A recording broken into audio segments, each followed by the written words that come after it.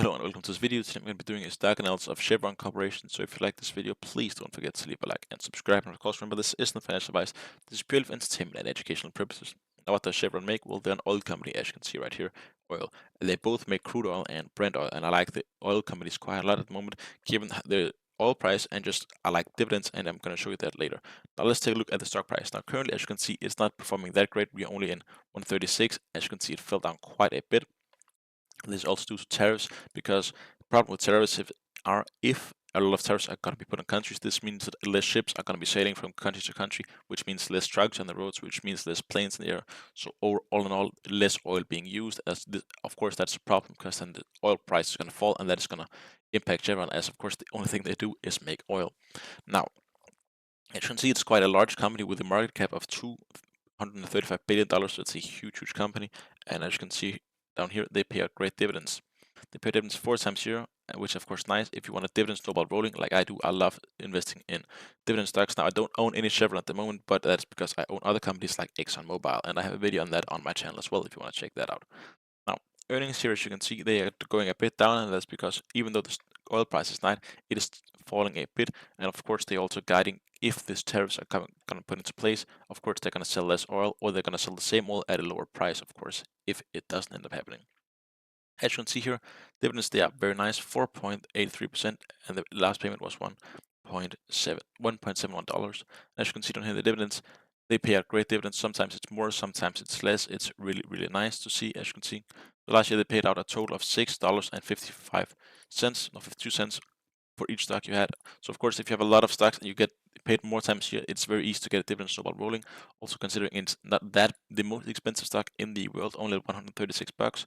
So, and if you're gonna pay up more, companies like this, I personally think that you should think about not the stock price itself, but the dividends.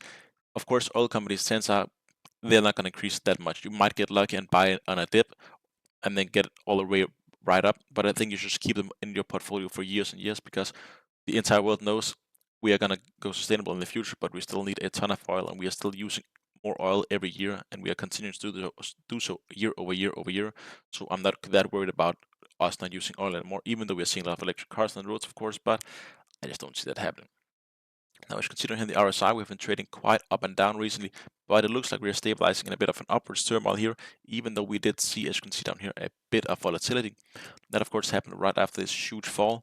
And as you can see, we're all the way down here in the RSI. We're trading all the way down here in 6, which, if you don't know what the RSI is, that's the relative strength index. So if something is below 30, then it's oversold.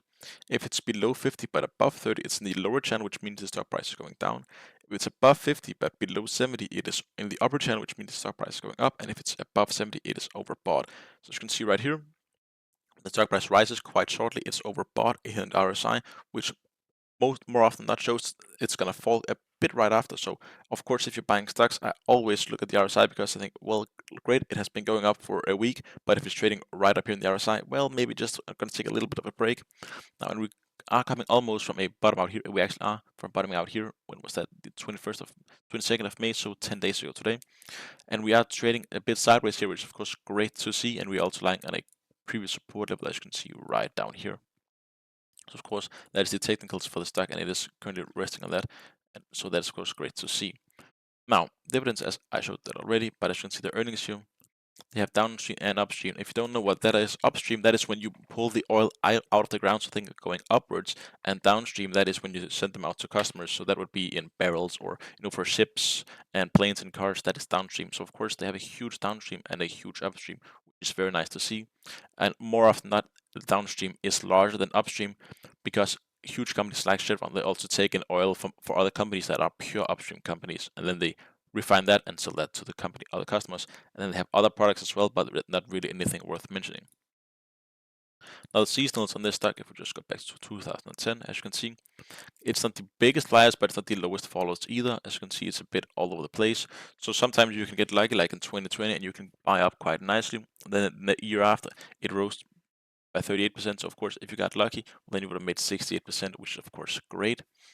But as I said, don't buy this for the stock price, buy it for the dividends. That is at least my rhetoric comparing with all companies in general and other companies in the same niche. Now, the technicals for the day is a sell, and for the month it is still a sell, which shouldn't surprise you because even though we are on this bottom signal here, as you can see, we are trading a bit sideways, and even though the RSI is making a bit of return here, we just saw a death cross.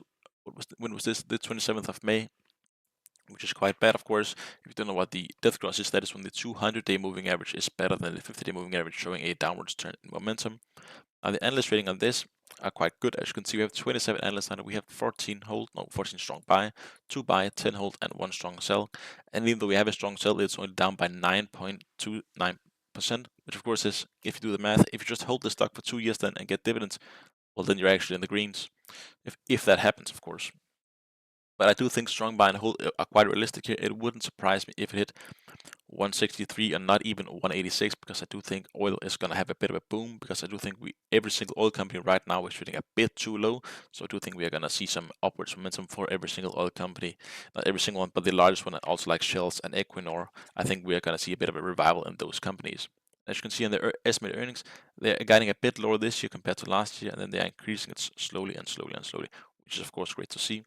And of course, as you can see down here in their revenue as well, they're doing the exact same thing. That's of course very nice to see. Now, if you like this video and want to see more like this, please don't forget to leave a like and subscribe. And of course, if you want me to make any other analyses on any other companies you like, please leave them in the comment section below.